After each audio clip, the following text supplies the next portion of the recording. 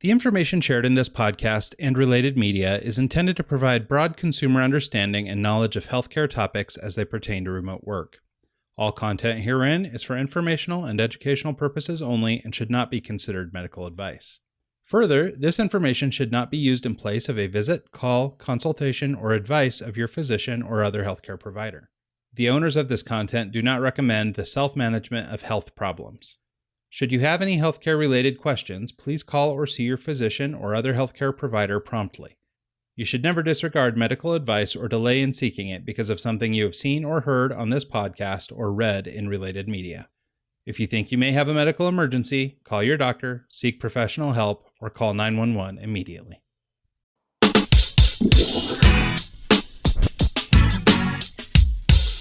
Now there's all kinds of different people in this world. There's only one pie.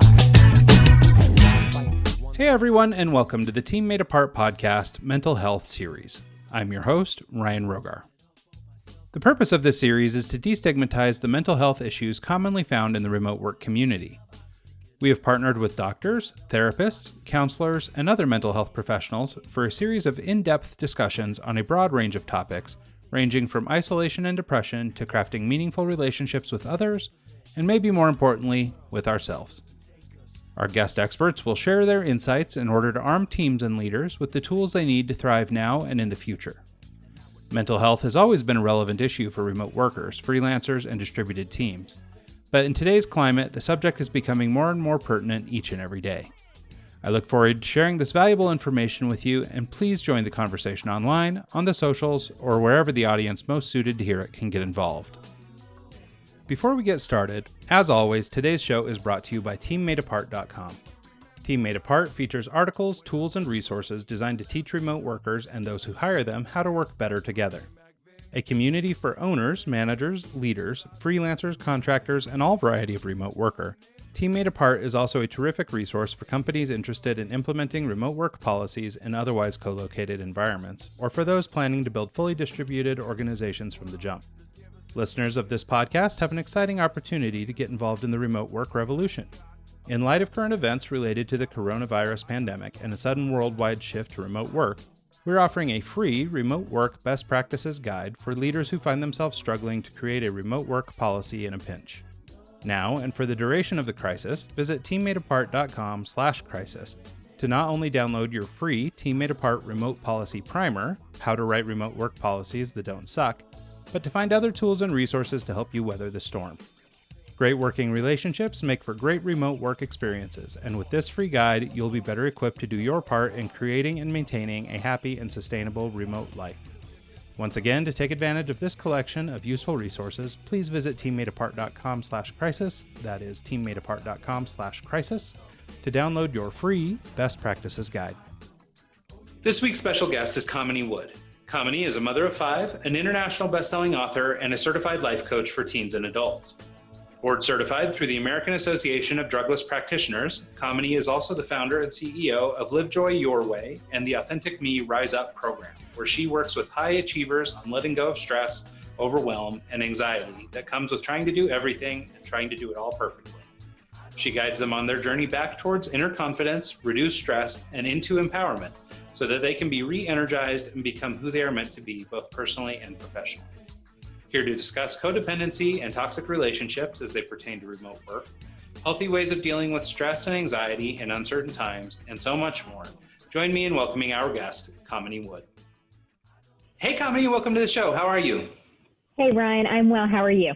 I'm doing so well. Thank you so much for taking the time to do this. This is a really interesting set of circumstances that sort of set me in motion on putting together a podcast with mental health professionals. And I'm so grateful for the, kind of outcry of support, people's willingness to come on board and do it. So thank you so much for taking the time.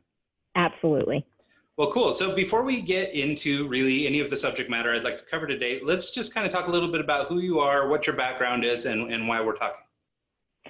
Sure. So I am a certified life coach. I work with individuals on healing the relationship with themselves and helping them to stop outsourcing their self-worth so that they can have healthier relationships with others and define success and happiness for themselves. And the why I do this is because of my own personal journey. So I am the daughter of two immigrant parents. They came to the United States when they were teenagers, and I grew up in a small town in Connecticut. Growing up as a first-generation American with parents who worked all the time, and growing up with a name like Kamini was an interesting, it set me up for an interesting dynamic. So I remember being in school, for instance, and being terrified that a substitute teacher had come into the classroom because I knew that they were going to go through the roll call and my name was going to get butchered. And that would just sort of shine a light on how different I was, and the snickers and sneers would start. That actually created this false identity for myself, right? Where I felt like I needed to somehow prove my worth. I needed to fit in. And so I carried that through into adulthood, where I wanted to please others. I was worried about their happiness, whether they were happy with me. Also, like I mentioned, being a daughter of two immigrant parents who worked very hard to make ends meet and to make it, so to speak, in this world, I did not want to be a burden to them. So another false identity was if I set boundaries or created any type of conflict, I was a burden to somebody else. So I went through and went through my adulthood, got married, was running my husband's law practice. I also became a mother, and I'm actually a mother times 5, but it was my middle daughter who started exhibiting people-pleasing behaviors, and behaviors where she was overly concerned with making other people happy. And that was my catalyst moment, where I realized that she was exhibiting behaviors based on how I was showing up. And if I didn't go through the process of transforming and changing that, that was just going to keep repeating for generations. So I did go through that transformation. I worked with my own coach. I went through all of the belief patterns that were the old ones that were no longer serving me. I was able to uncover how to make certain shifts, and realized that along that way and along that journey that I was meant to help others do the same thing. And so I went through the whole certification process. I have specialty certifications in different areas, such as relationships, so that I can truly, from a heart-centered place, serve people on their own journey and self-transformation. Oh, that's great. Well, thank you so much for sharing your story. I think it's really important, and it's been interesting as I've been meeting a number of different healthcare professionals, through the course of this podcast and through other conversations, how many of them have experienced something first that sort of drove them into this. And I think it's, probably not a coincidence that, going through this journey and then understanding that we can come out of it, that we're sort of left with this feeling that now we want to help. Like, we found the way, so follow us, join us, And I think that's a really beautiful thing. That's a great thing for people. So, and really cool that you were able to actually see it in your own children, and that sort of nudged you into this. I think that's just great. I just want to say on that one point, I do think that people end up teaching and leading others when they've experienced it themselves. And I think that that's when it comes from a very genuine place. So I always say that it wasn't just my life's journeys. Yes, it's my training, but it's the combination of all the things that allow me to uniquely help people move forward. Yeah, I think it's interesting too, and sort of, you didn't say the word necessarily, but what you're describing is this idea of intention. And we spend a lot of time actually on this show and on our other shows talking about intention and making sure that we're doing things for the right reason. And, it's funny because as you talk to coaches and you look at anybody who seems to be doing pretty well in business, there's this transition that's happened in business over the last few years, maybe last 20 years, where we've gone from being really, matter of fact, bean counters, checking every dollar and all that stuff, to this more philanthropic version of us, where now there are so many people helping for the sake of helping, just because it feels good to help people. And I think that's really great. But what I like about what you're talking about is being intentional about your decisions. And I wonder if you couldn't maybe talk a little bit about sort of intention setting as it pertains to solving some problems. For a remote worker, one of the biggest problems, it's maybe number 1 or 2, is isolation and, the side effects of being isolated, some depression, some, other sorts of physical and mental problems that a lot of remote workers start to experience. And I think that some of that, maybe not all of it, but some of it could be sort of mitigated by proper intention setting and making sure that you're doing remote work for the right reason, but also, taking care of yourself, all these other aspects of life, could be maybe better managed if you were being a little bit more intentional. So I wonder if you could talk about that a little bit.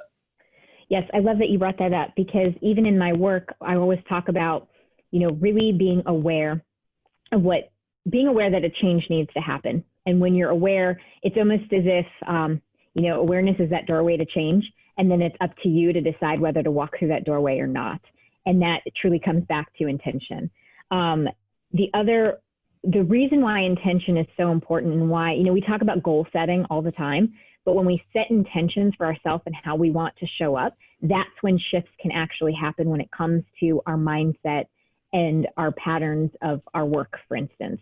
So when I'm talking to clients about like false identities, right? So I mentioned my false identity of I needed to prove my worth.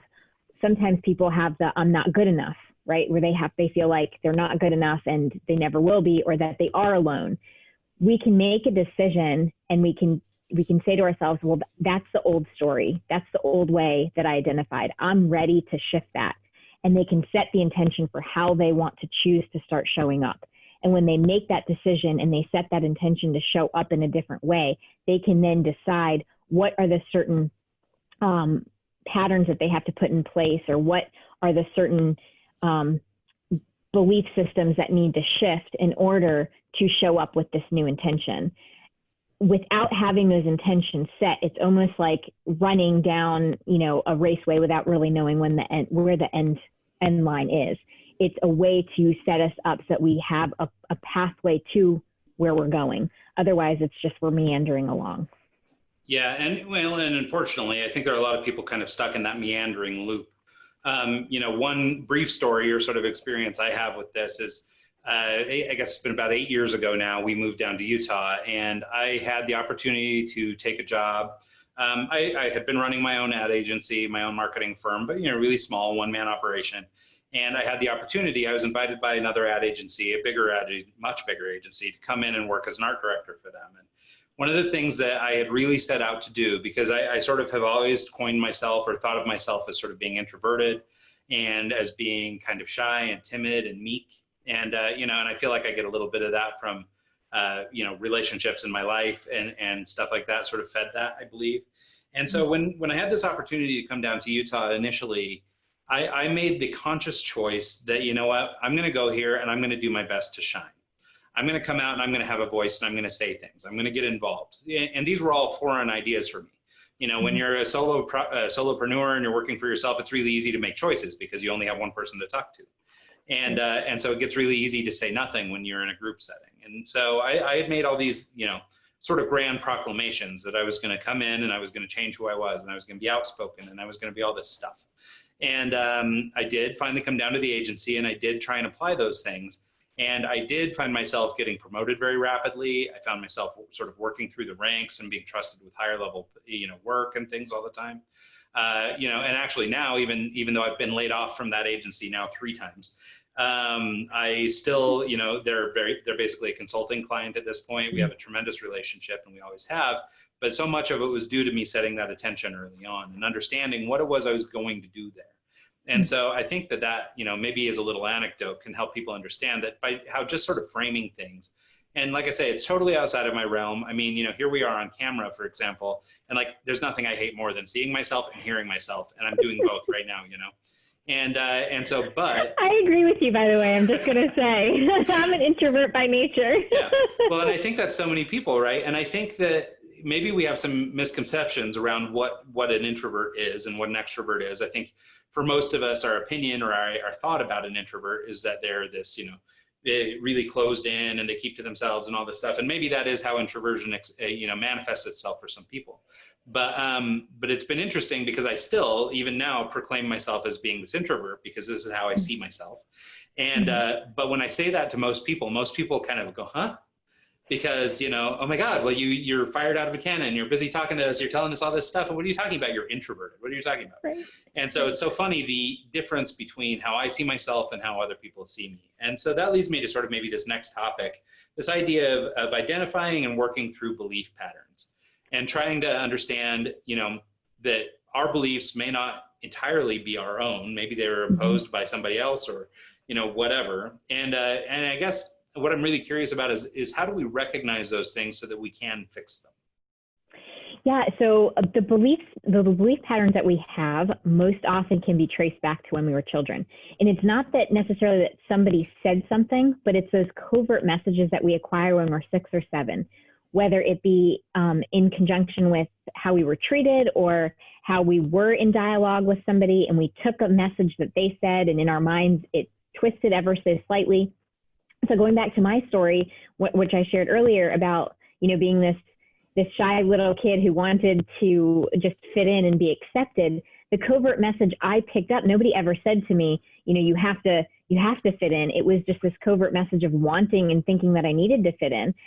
And those were the beliefs that I carried with me. And so what happens is when we get to that point in our adulthood where we recognize, okay, this, like you mentioned even in your story, where you decided that doesn't really work for me anymore. It's taking the time to understand where that belief pattern came from, where did that false identity originate? And it's not with the intention of necessarily fixing it or changing the past. What it is all about is understanding it so you can then stand in your present and then go generate the future that you want. So when we are in our present and we unveil where that story came from or where that false identity came from, we can then make the choices of how do we want to show up from here on out. And then from that place, what choices do I need to make going forward to shift those? So it's all a process of unveiling and revealing that old pattern and that old story, and then making decisions as to how you want to show up and then writing that new story for yourself. It all goes back to exactly what you said in terms of intentions, right? So when you set the intention, you can then choose the beliefs that will go along with that, and you can consciously make the choices to write the new story that you want for yourself. Well, and what do you think of the perspective, is sort of this idea of act as if, so if you sort of, it's funny how many of these things we're talking about are sort of akin to goal setting, if you're trying to build a business or you're trying to, achieve success at work, whatever it is.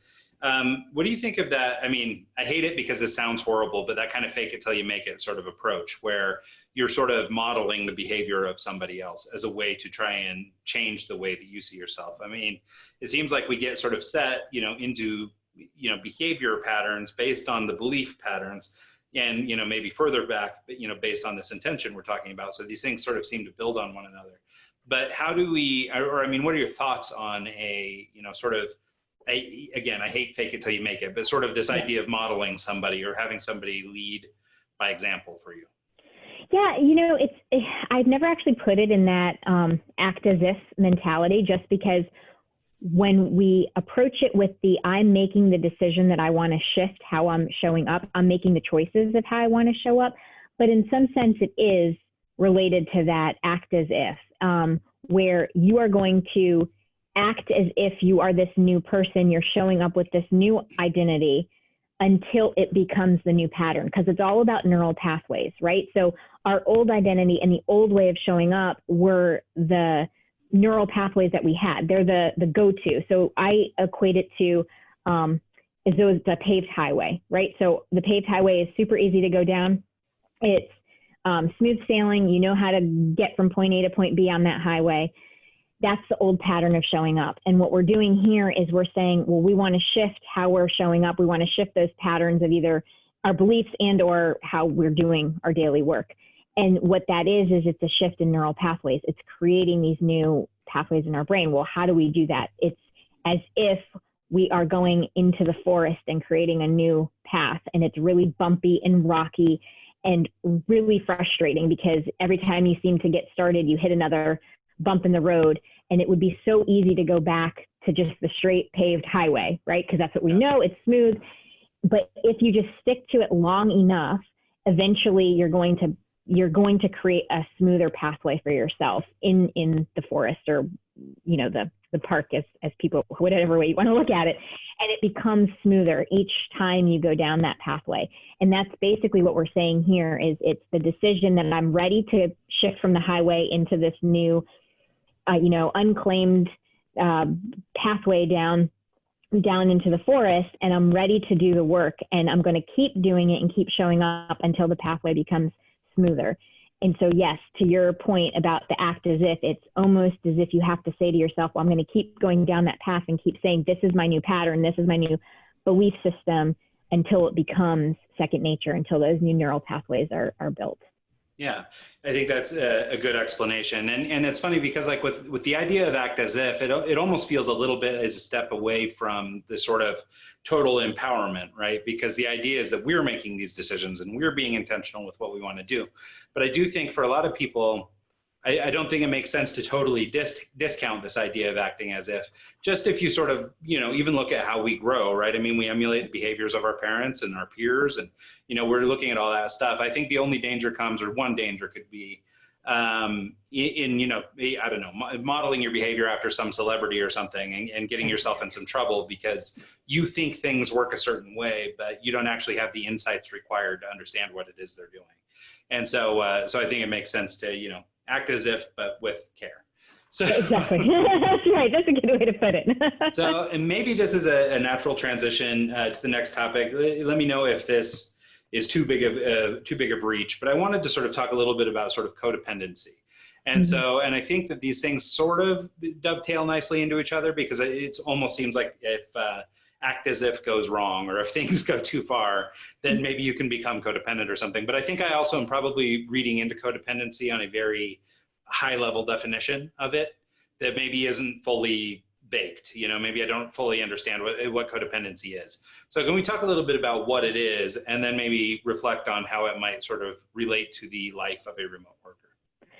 Yeah, so the way that I look at codependency is when we lose sight of who we are, whether it be our core gifts or our core values, in deference to how other people see us. So it's almost looking externally from ourselves for validation, or are we doing the right thing based on someone else's approval of us?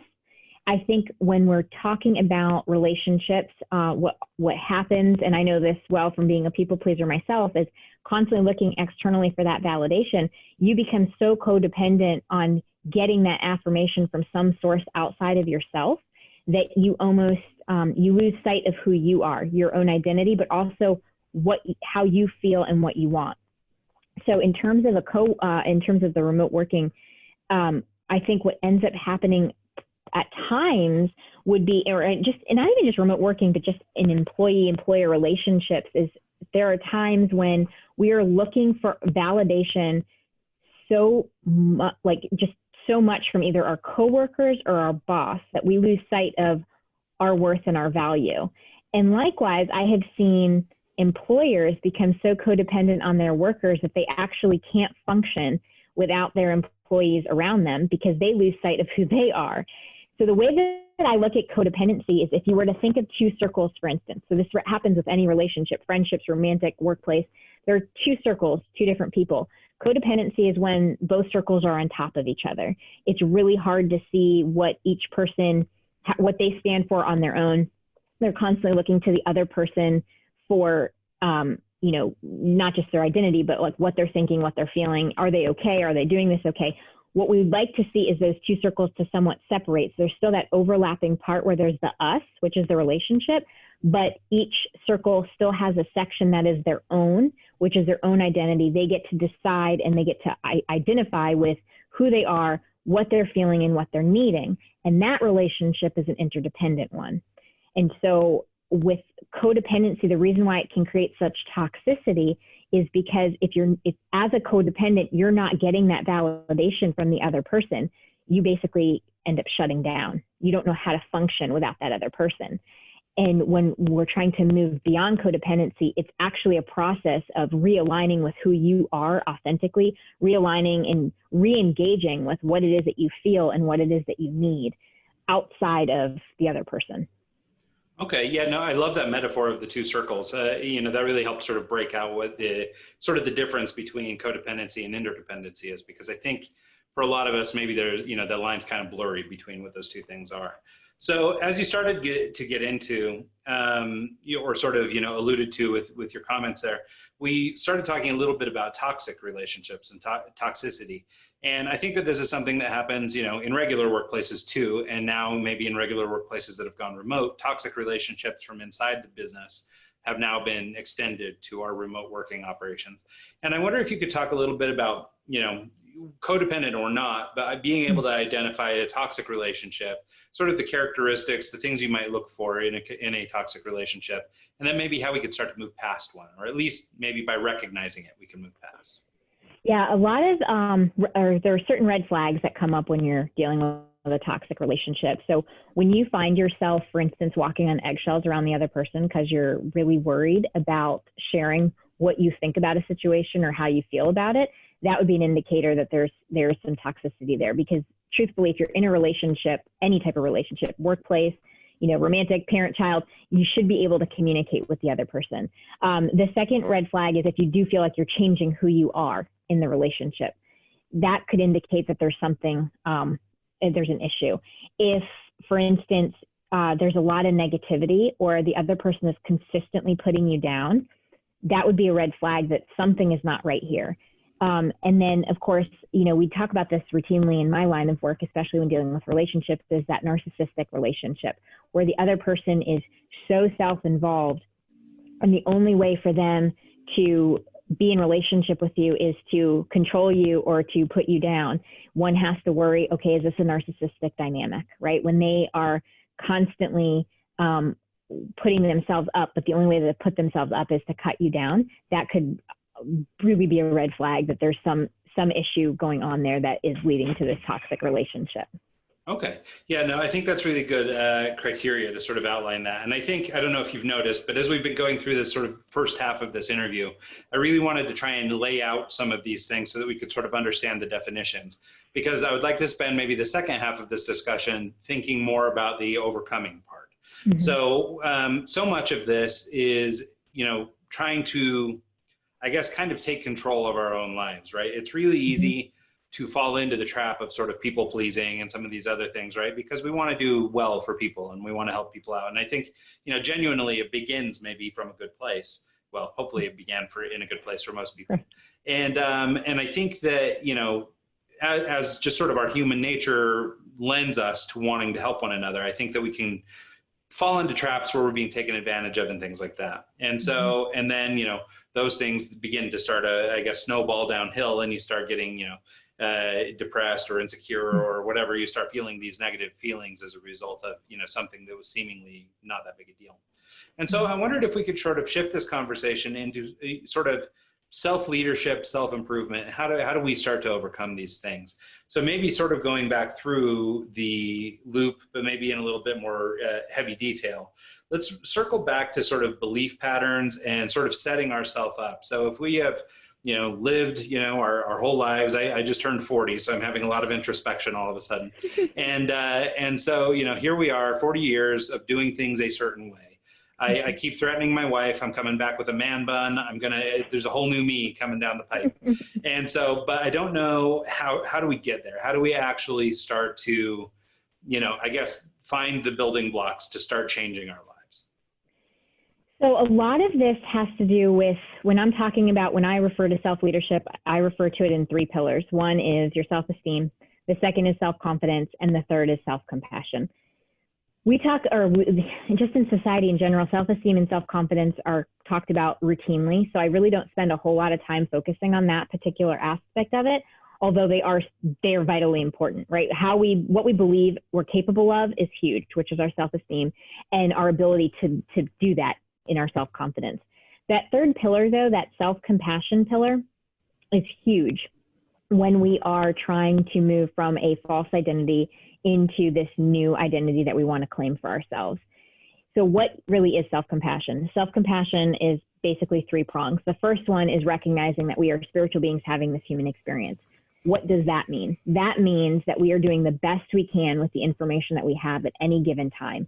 So it challenges us to move beyond judgment mode into acceptance of self, where we recognize that if something doesn't go the way that we thought it should go, or it doesn't pan out perfectly right, that instead of heading into judgment mode and letting the inner critic get the best of us, where we tell ourselves how awful we are, that we should have done something a different way, or we're stupid, what have you, it's actually practicing the acceptance of self, forgiveness of self, and also taking what we've learned from a situation, recognizing it was a lesson learned, recognizing that we can take this newfound information and we can apply it moving forward.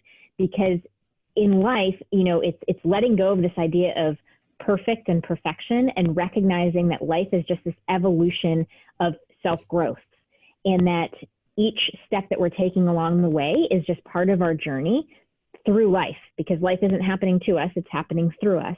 And so if we can recognize that every single experience we have is teaching us something, and take that information and pay it forward, move it forward with us, that is the first essence of self-compassion. It's recognizing that we are here, we're doing the best we can, and we're going to show up tomorrow.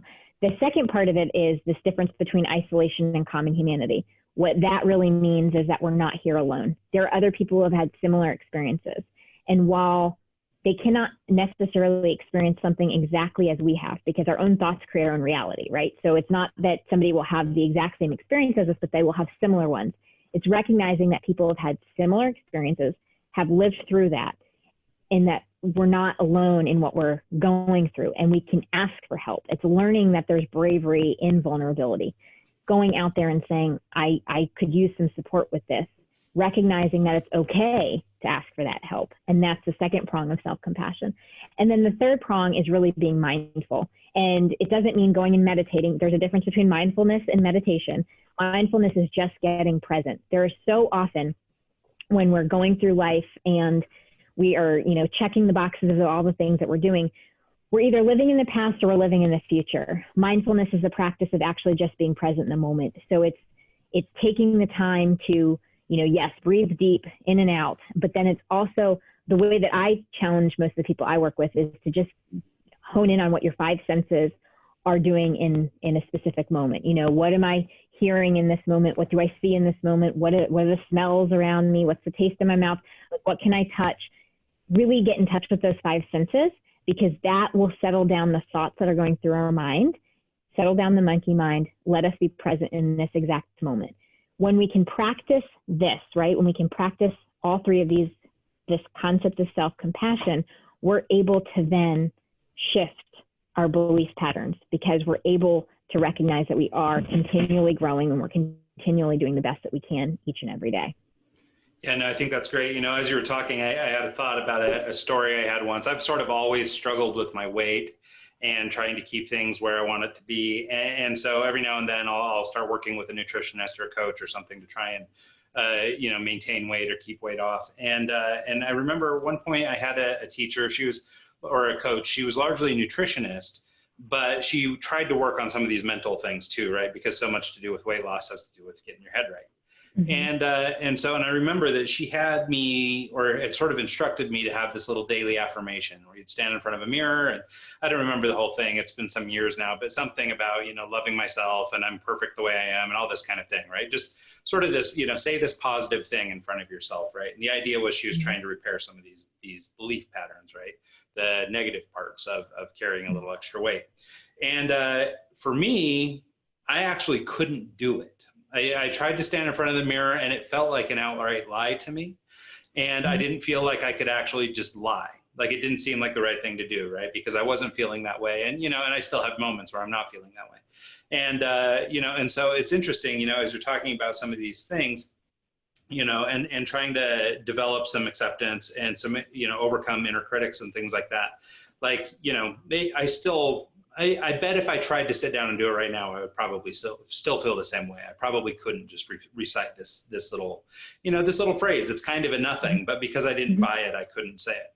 And so for me, this little bit, this little one aspect of what you were talking about, this idea of overcoming your inner critic and trying to find acceptance. I wondered if you could maybe lean in a little bit more on that and talk a little bit about how do we, I don't know, I guess cope with our own negativity or try and resolve some of our own issues.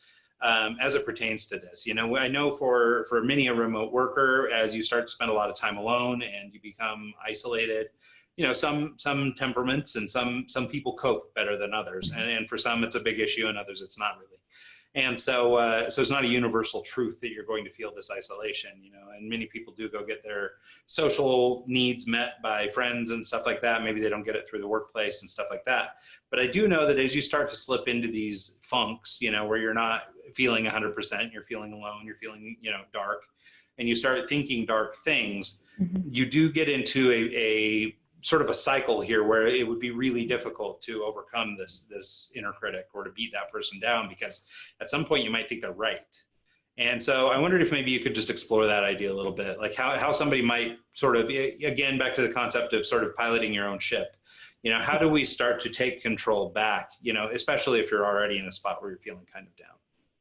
Well, I love the fact that you brought that story up, because I talk about this all the time, which is the concept of pendulum swing thinking, right? So if we think on one end of the spectrum and we're negative and really stuck in the inner critic, trying to get us to go all the way to the other side of I love you and you're wonderful and you're the greatest thing in the world, it's such a pendulum swing, right? Where and like you said, your brain is like, I don't believe you, so how am I possibly going to say that? So what I always talk about is slowing down enough to recognize there's the inner critic, right? Catching the when we're actually talking to ourselves, when we get in judging, like as soon as we hear in our own mind, I should have, right? Or I should have, or I ought to have, those are those are key words to keep an eye out for. When that happens, it's shifting the thought ever so slightly. So it's, for instance, with weight, it's, instead of being like, I am the most beautiful person in the world, it's, I would like to lose a few pounds. I'm not there yet. Really shifting it into a yet statement versus, I'm the worst person in the world because I'm not where I need to be. Also the converse is I'm perfect. You see what I'm saying? So it's like, it's breaking up the pendulum whereby we're taking it in pieces. So again, it goes back to the same concept of when we're setting goals. I mean, one could set this really large goal and then never get there because it feels like such a mountain to climb. When we're dealing with our inner critic and we're so used to that negative thought process, it's learning to pattern interrupt in small bites so that we can recognize that we've been triggered. And instead of trying to, like I mentioned before, do this huge swing to the other end of the spectrum, it's shift it ever so slightly so that we can, we get out of the pattern and practice of just being in the inner critic and allowing ourselves the space to say, oh, maybe there's a different way that I can look at this. And it's challenging ourselves to say, oh, that didn't go the way that I wanted it to go. And instead of just going into, you're such an idiot for doing it that way, it's, just asking yourself a powerful question like, what did I learn? Because as soon as we catch ourselves in that inner critic starting to judge, we could stop and simply say, okay, what did I learn in this situation? And that key question can shift, at least interrupt that inner critic from going forward. The other thing that I'll say about the inner critic is playing with it. And what I mean by that is, each of us have, when we ask ourselves, well, how does our inner critic sound? Most often our inner critic is extraordinarily harsh and extraordinarily mean. And so one of the things that I talk to my clients about is shift the voice, make it a comical voice, or have fun with it so that it's not this harsh, nasty voice, but it's almost this comical voice where when you start hearing yourself talk to yourself in that way, you can't really take it as seriously because now it just sounds silly. And that's just another way to pattern interrupt again. Oh, well, there it is. There's the inner critic. And instead of judging the judger, right? Because what we'd want to do is we end up starting to judge the fact that we're now being an inner critic. Instead of even going there, we're interrupting it long enough to kind of chuckle about the fact that, okay, that sounds kind of silly, right? At least break it up so that it's not the same, we're not in the same pattern of just judgment. Well, yeah, and I think that particular phrase that you brought up, the idea of pattern disruption, I think is a really key thing to think about, or it sort of helps you think through this process or trying to overcome something.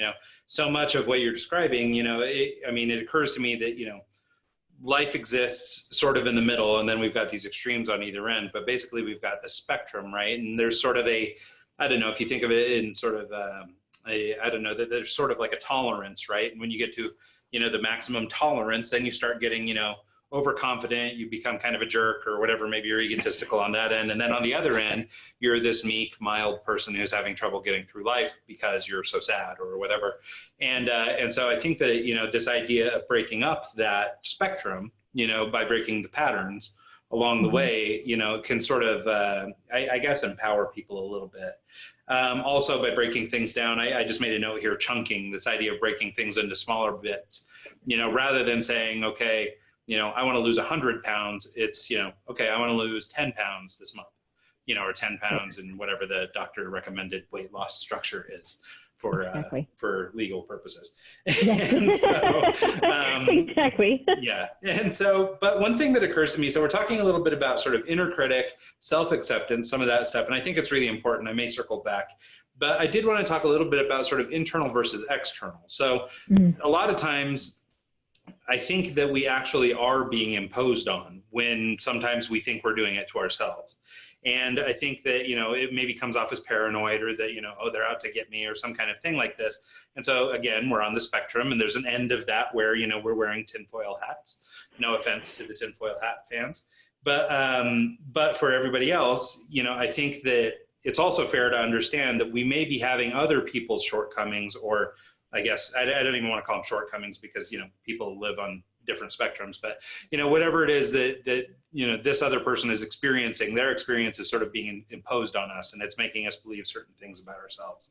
And so outside of just sort of the work we can do on ourselves, how can we work to overcome the things that are being sort of imposed on us or put on us, even if it's real or imagined?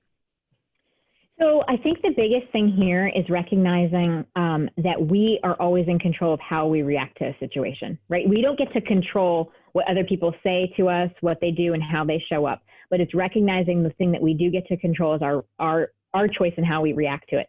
And I say this because I was actually just talking to a client about the fact that, she works in an industry that's very professionally demanding. There's a lot of politics that go on within the workplace. And she kept bringing up this, well, society wants me to act a certain way. Society wants me to act a certain way. And I always come back to, when we are sourcing our decisions based on our core gifts and our core values and really anchoring into those, we can then show up in a way where we can evaluate how, if it's possible that we're allowing other people to influence how we show up, right? And the way that we do that is to ask ourselves, is this in alignment with my core value system? And if it is, then we proceed. If it's not, then we need to recognize and do some more evaluation as to, okay, then what's being imposed on me, and what am I taking on as mine where it may not actually be mine? Again, I think this happens with social media a lot, right? Because we're scrolling through and we're in this constant comparison mode, because we're like looking at all these pictures of everybody else and how happy they look. And it's recognizing, that there's a difference between what we see when we're scrolling through and what might actually be happening behind the scenes. But we have a choice as to what we are going to believe about that situation, right? That person's not meaning to impose their life on us. We're actually choosing to scroll through and make an assumption and a decision about what we're seeing on the social media feed. It's the same concept. When we're going through our daily life, it's, really anchoring into who we are. And that's why my work really focuses on healing that relationship with yourself, because if you're coming from this whole place, meaning WHOLE, the whole place, and you're not looking externally for validation or am I meeting somebody's expectations, you're able to recognize when you're starting to absorb other people and how they're behaving, and you're taking it on as your own. Yeah, I think that makes sense. I was thinking of sort of the word empowerment, or this idea that, by being in a position of sort of self-control, or where you are really running your ship and you're feeling pretty good about everything that's going on inside you, you are very well poised to be able to deal with crazy external stimuli. Like, you're going to be able to look at that stuff and go, no, come on. Or, no, this doesn't agree, or I'm being put in a situation I don't feel comfortable with, and I should find a new employer. Or I don't like this kind of work, or whatever, I should find a new job. Versus these people that are, lifelong in a position they dread and they hate going to work every day, and that kind of thing. So I think it's very important to try and find that empowerment and try and get to where you need to be. And it's also having that I refer to it as compassionate communication with yourself, right? So it's that check-in of, if you're feeling angry or you're feeling triggered, it's like anger is a trigger, and you want to walk around and say, I'm angry. Well, something was a stimulus. So then it's diving a little bit deeper. Okay, what was the stimulus behind it? Usually behind anger is an unmet need. So then it becomes a question of asking yourself, what's that unmet need? What am I missing here? What am I needing to fill in my own cup in order to not continually look outside of myself? Yeah, no, that all makes sense to me, and so thanks for digging in on that a little bit. As we're starting to get towards the end of this, I wanted to not overlook, say, a hot topic that basically everybody is sort of experiencing now in one form or another, and that's sort of stress and overwhelm, and how we sort of overcome these things or learn to work with them. Now, in sort of terms of, we've got a pandemic, and so many people are finding themselves unemployed or in really difficult situations. Mm-hmm. Others are finding themselves in strange work environments where suddenly they're working from home or elsewhere. And so, our whole world has changed. We're in upheaval, and there's, regular stress. There's this sort of, low-lying stress that occurs all the time. For many now, we're operating on a much higher level of stress than we might be used to. And maybe others not. Maybe they're already always working at this level. But for I think the most people, I wonder if you could sort of break down sort of the difference between stress, anxiety, overwhelm, so that we can sort of, I guess, set the stage. And then let's talk a little bit about how do we overcome those things, or how do we mitigate them? Yeah, so stress, there's the good stress, right? So like if we are facing a dangerous situation, that stress and that cortisol release, if you will, can actually save us, right? So if we're facing, a bear trying to attack us, that stress is a good type of stress. What the worry is when we sit in that place of continual stress, where our body is in this constant fight, flight, or freeze mode. When we stay in that position and we don't allow our nervous system ever the ability to calm down and to reset itself, so we're constantly in that up state, we end up suffering trauma. Our body ends up suffering trauma. Our emotional state ends up suffering trauma. And that's when we would classify it as overwhelm, right? When we've gone beyond the stressor that comes, and then we're able to resolve it, and our body has the ability to, our nervous system starts to calm down, which is supposed to be the ebb and flow of how it works. It's so important to check in with ourselves. And I always use like this barometer where it's, it's green, yellow, and red. So if you're in the green zone, that's kind of like easy peasy, everything's going smoothly. You don't feel worried about anything. The yellow area is when you feel a little bit uncomfortable, but that's basically because you're stepping right outside of your growth zone, which is, in order to grow, sometimes we have to challenge ourselves and do things that we don't necessarily do on a daily basis. Again, that's kind of the okay area. It's when you get into that red zone where you're feeling constantly in this state of fight, flight, or freeze. It might show up physically as, sweaty palms or quick breathing, or, in terms of like how our body carries stress. Sometimes it'll be a pain in our neck, a pain in our back, where we're physically starting to show the fact that we're in this state of overwhelm. And you bring up a really good point right now because of the whole COVID situation. So many of us have been thrown into this, as everybody likes to say it's these uncertain times, right? Where suddenly we really don't know when we're going to get to leave our house. Some states have us leaving now. Some other states are still in quarantine. It's dealing with things that we don't have control over. And that's truthfully, I think, where a lot of the anxiety comes from, because we'd like to be able to control all the things, or at least know what's coming down the pipeline. The best way to deal with this is to figure out ways to build your resilience, because again, resilience is how we deal with adverse situations. Some of the methods that I've been talking to my clients about are, even as we were talking about with goals and intentions and breaking them down, it's what we would consider the storyboarding method of dealing with an adverse situation. And that's to look at a situation that is causing us stress or overwhelm, and then break it down into, okay, well, what would I ideally want for this situation? How would I ideally want this to resolve itself? What is the most likely outcome of how this is going to resolve itself? Now, given that information, how would I react if it doesn't go the way that I want it to go, so that we have a plan B somewhat in place? If it goes the way that we want it to go, what are the steps that I have to take to resolve this situation that I'm in? And really break it down so that we can have an idea of what are the steps that I'm going to take in order to resolve this adverse situation. And then once we have that, it's deciding what is our next best step forward. Another way to build our resilience when we're dealing with this high stress times and whatnot, and we're feeling this overwhelm, is this concept of thinking flexibility, where we challenge ourselves to think of things in a different way. Is there another way that I could look at this situation? Is there a way that, I could simply ask for help? Remembering that we're not going alone, we're not isolated. And while we may feel isolated, it's to identify who are our strengthening support systems, who are the people that we trust with our vulnerabilities, recognizing that in advance, that when we do end up in this state of overwhelm, we have a go-to. We have people that we can rely on and we can ask for help, whether it be, our spouses, our friends, family, coaches, therapists, doctors, pastors, whatever. We need to have that sort of in the back of our minds of, when I'm feeling overwhelmed, these are the people that I can lean on and I can ask for help with. And those are just some of the ways that you can build your resiliency. And it's just really important to recognize that when you are feeling stressed out, to not ignore it. Because again, if you stay in that constant state of overwhelm, essentially you will end up suffering trauma. And it's, what we refer to as PTSD.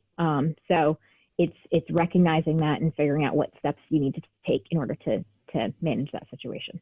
Yeah, that is super helpful. Thank you so much. One last thing before we get out of here, I'd like to try and give people, I think we probably talked through a dozen actionable things that we could work towards, but I wonder if you could take, of the things we've talked about today, or maybe something totally different, what is one thing that you can think of as an employer that I could do to see impactful change in the way that we take care of the mental health of our distributed teams? And then on the other side of that coin, what can I as a remote worker do to make sure I'm taking care of my own mental health problems? Honestly, my answer for both is the same. It's communication. It's to be, especially with remote working, I think over communication is beneficial. And what I mean by that is really getting in touch with, as an employer, for instance, is having that open dialogue with your employees to ask them, what it is that they're feeling, what it is that they're needing, and give them the space to request of you as the employer what they need, right? So like it's allowing them to understand that they have the space and the freedom to communicate to you what it is that they need. And likewise, as an employee, coming from a compassionate place of communication where we're not attacking our employer, but we're simply being we get in touch with ourselves. I'm feeling a certain way, I'm needing a certain thing, and then finding a way to very respectfully request that of our employer. So having that open dialogue in both directions, I think, is vital in terms of maintaining healthy relationships and being able to not feel so isolated as a remote worker. Oh, that's perfect. It's like you were totally prepared for that. So thank you so much. That was terrific. So Kamini, in closing, where can people find you and learn more about the work you're doing? Maybe get in touch if they have their own questions or would like to go deeper on anything we've discussed. They can find me on my website, which is kaminiwood.com, KAMINIWOOD.com. And if people would like to just schedule a time to talk with me, I offer complimentary calls, and they can just hop on chatwithkamini.com and just book a time right there. Awesome. Well, that is perfect. And we'll make sure we share all the links and everything in the show notes. So in closing, thanks so much for doing this. I really appreciate your time. I think we did a lot of good today and covered a lot of really important stuff. So thanks so much again for your time and your information. Absolutely. Thanks so much. I enjoyed it. And thanks to everybody who tunes in this week and every week. And we'll see you guys next time.